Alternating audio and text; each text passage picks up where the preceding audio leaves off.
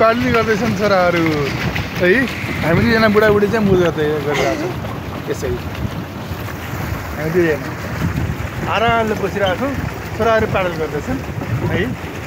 अनि हामी तालको पारिपट्टि जाँदैछौँ है। फेवा तालको पारिपट्टि करिब करिब हामीले चाहिँ बोटिङ गरेर थालेको आधा घन्टा जति भयो। अब आधा घन्टामा हामी सायद फर्केर पुग्छौँ होला कि अलिक बढी पनि गर्न सक्छौँ होइन। हेरौँ अब के हुन्छ। 5 बजीसम्म चाहिँ गरौँ कि जस्तो लागिरहेको छ। यहाँबाट पारिपट्टि तालको पारिपट्टि देखिन्छ। हामी तालको अब हामी घुम्नुपर्छ यसरी। होइन त्यहाँ रोक्ने होइन, घुमेर जाने हो। अब चाहिँ रोक्ने हो कि होइन? रमाइलो गर्छ।